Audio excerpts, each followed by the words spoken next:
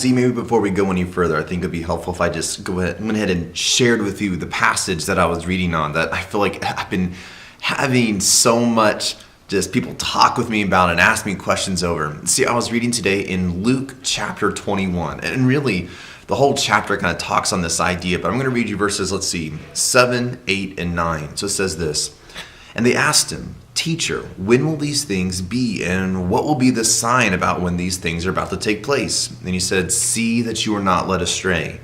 For many will come in my name, saying, I am he, and the time is at hand. Do not go after them.'" And this is the passage. There's a little section here that really got me. And it says, "And when you hear of wars and tumults," rumors of wars, "do not be terrified, for these things must first take place, but the end will not be at once."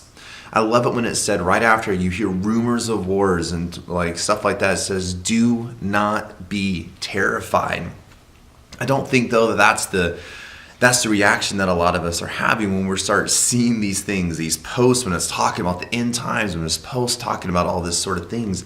I think a lot of times fear is something that we love to run to. We love to get caught up into this worry about what's happening.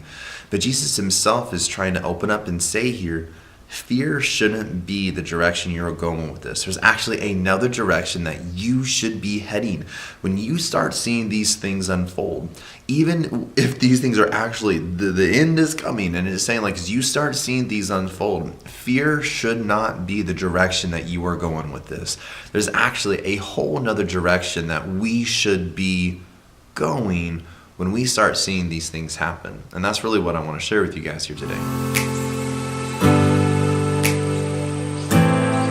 I think the direction that I was going with it last time we talked was really what should we be doing now instead? If being terrified is not where Jesus is leading us, then what should we be doing? When we start hearing about all these sort of things and seeing things on the news, seeing Facebook posts and Twitter posts about all these things, about look how these verses are tying up when you do like Luke 21, 25, 26, and Harvey hit on this day, and it's just like, so what should we be doing then? If worrying about the end times is not where God's leading us, okay, then what should we be doing?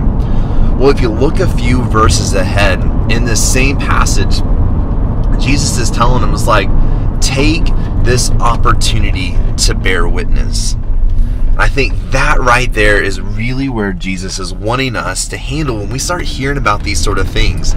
He's saying, don't freak out. Use the time now when people are just leaning into Scripture, leaning into God about trying to figure things out. Take that as your opportunity to start sharing with other people about Him.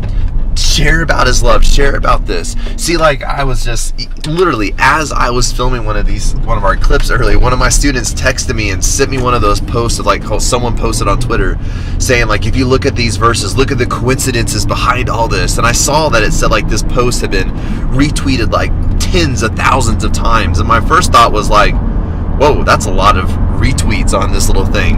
But then I thought it too, is like, that's tens of thousands of people, and most likely a lot of them are people who maybe weren't really leaning into God, leaning into thinking about end times, except they see this post and like, oh my gosh, is this the right thing? What's going on here? And so that is bringing to my attention tens of thousands of people who might not often be leaning into Scripture are leaning into Scripture now, wanting to know more, wanting to know answers, wanting to know what's going on. That is our perfect opportunity that God has given us to take advantage of. Saying people are wanting to lean in and learn about Christ and learn about God. Let's take that opportunity.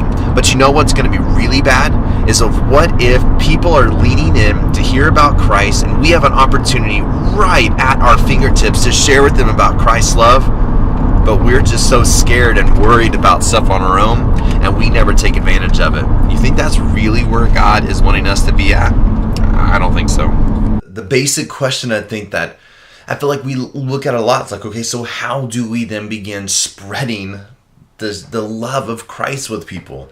I mean, I think that's maybe a question I think we need to be asking as Christians every single day. Each day, how can I be using what we have around us to share the message of the gospel with people.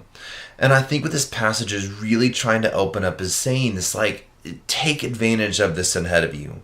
Say like this, a unique opportunity is being laid at our hands right now. And I hate to be able to say that, like, the situations that are unfolding inside of our country and inside of our world right now is a unique opportunity.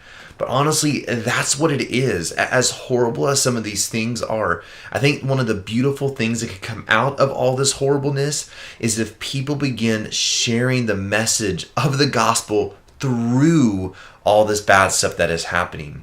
So let's make sure that you and I aren't letting these opportunities to share the love of Jesus with people who are actually interested in hearing about Christ, needing to hear about Christ in this time. Let's not waste these opportunities that are ahead of us.